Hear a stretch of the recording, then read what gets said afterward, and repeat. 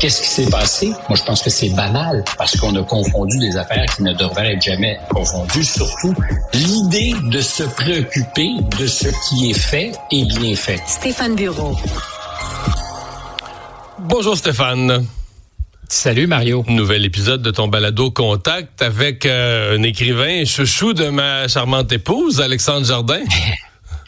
Chouchou du public québécois, longtemps aussi du public français. Alexandre Jardin, comme tu le dis, Bille en tête, le Zoubial, le Zèbre et plusieurs autres, mais aussi, je dirais, depuis une dizaine d'années, un citoyen engagé, un citoyen même qui est intéressé par l'action politique. Il a tenté d'obtenir en 2017 et un peu avant les 500 signatures qui sont requises, des signatures d'élus pour pouvoir se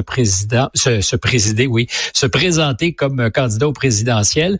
Alexandre Jardin qui fait entendre, disons, une parole qui par moment est divergente ici en France et qui a pris fait et cause pour des gens qui sont malmenés en ce moment par des interdictions à venir de circuler autour de quelques grandes villes. Tout ça fait au nom de la précaution écologique. Je te donnerai davantage de détails, mais pour mettre la table, je propose qu'on l'écoute brièvement.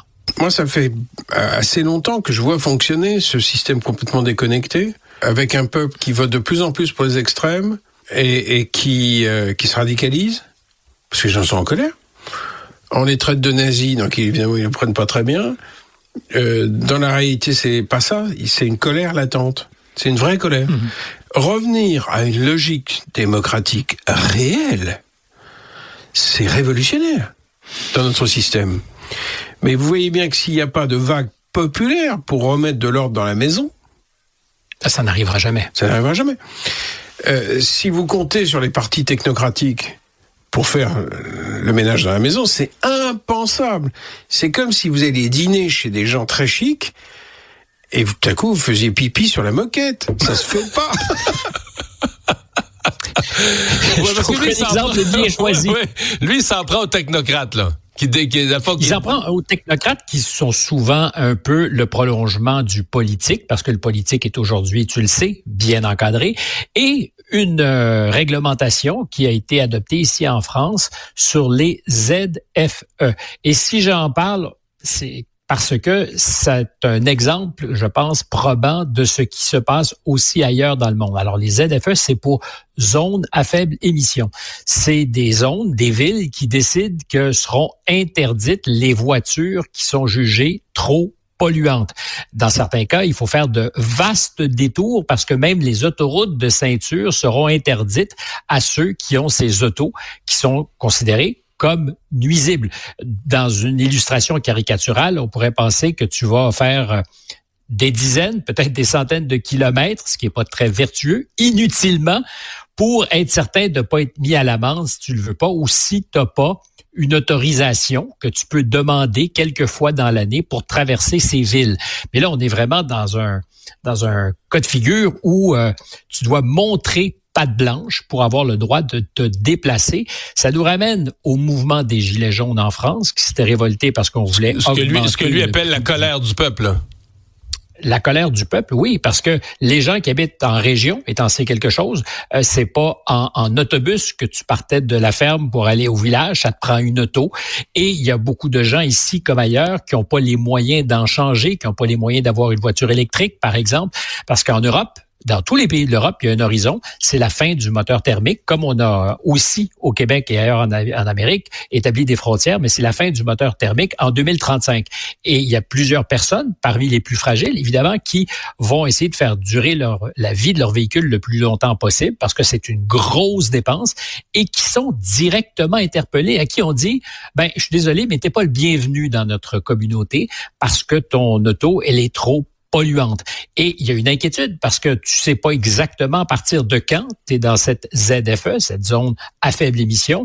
Et très rapidement, il y aura pour les autorités la possibilité d'arrêter, de verbaliser, de donner des amendes. Alors, c'est une illustration. On dira c'est loin de chez nous. C'est pas si loin de chez nous parce que ça montre ce que la technocratie peut faire. Parce qu'on a réalisé une fois qu'on a c'est pas loin de chez nous. Là, d'ici 5 ans, quelqu'un va avoir proposé ça ici, c'est garanti, là. Sûr. Et alors, c'est au nom d'une vertu écologique contre laquelle personne va se dresser. On va dire, ben oui, on veut vivre, on veut que nos enfants vivent dans un meilleur monde, mais c'est comme si on acceptait, c'est pas comme si, on accepte de faire de la ségrégation sociale. Parce que c'est de ça qu'il s'agit. Dire, ben il y a des citoyens qui sont bons parce qu'ils ont les bons véhicules, puis d'autres, tant que vous n'aurez pas changé d'auto, vous viendrez pas nous déranger chez nous.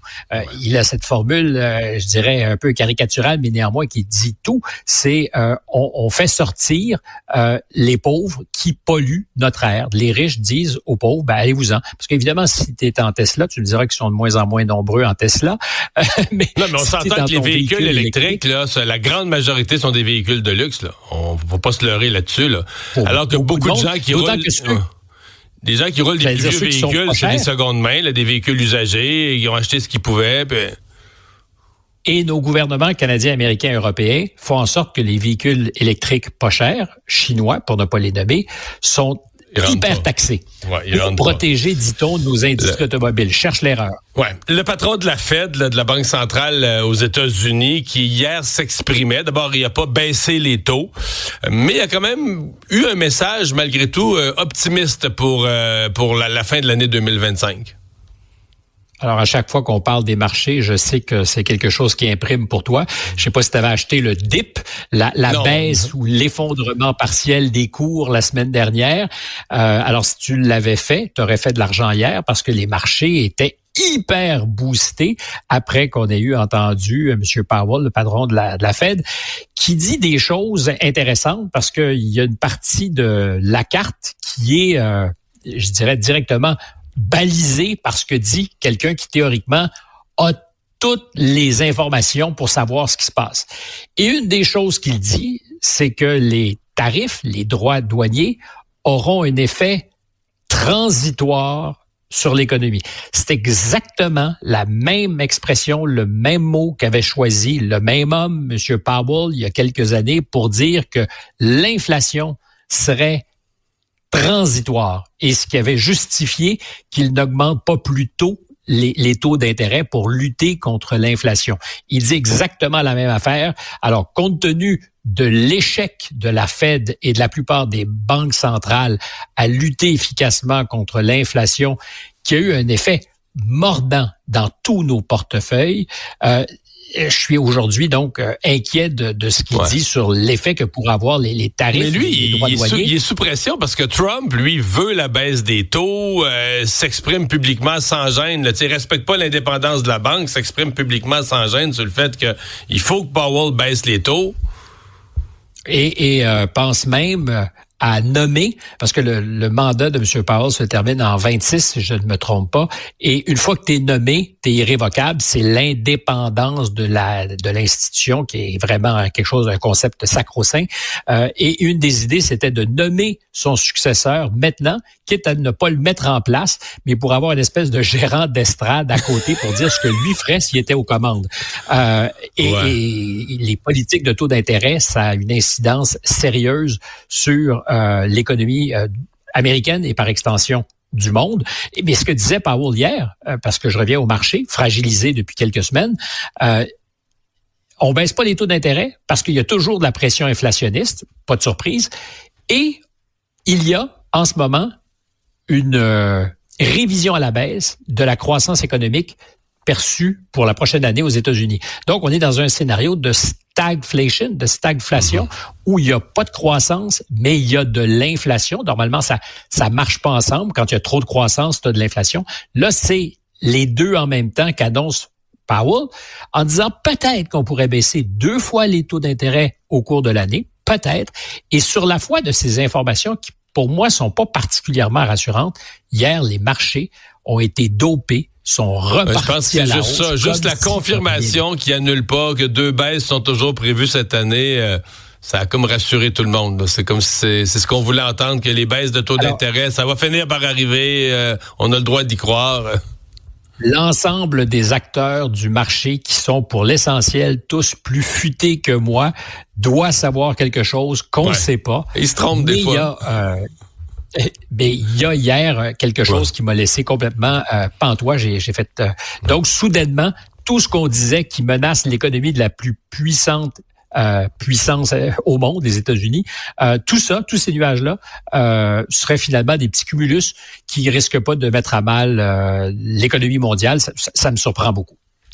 Merci beaucoup, Stéphane. À demain.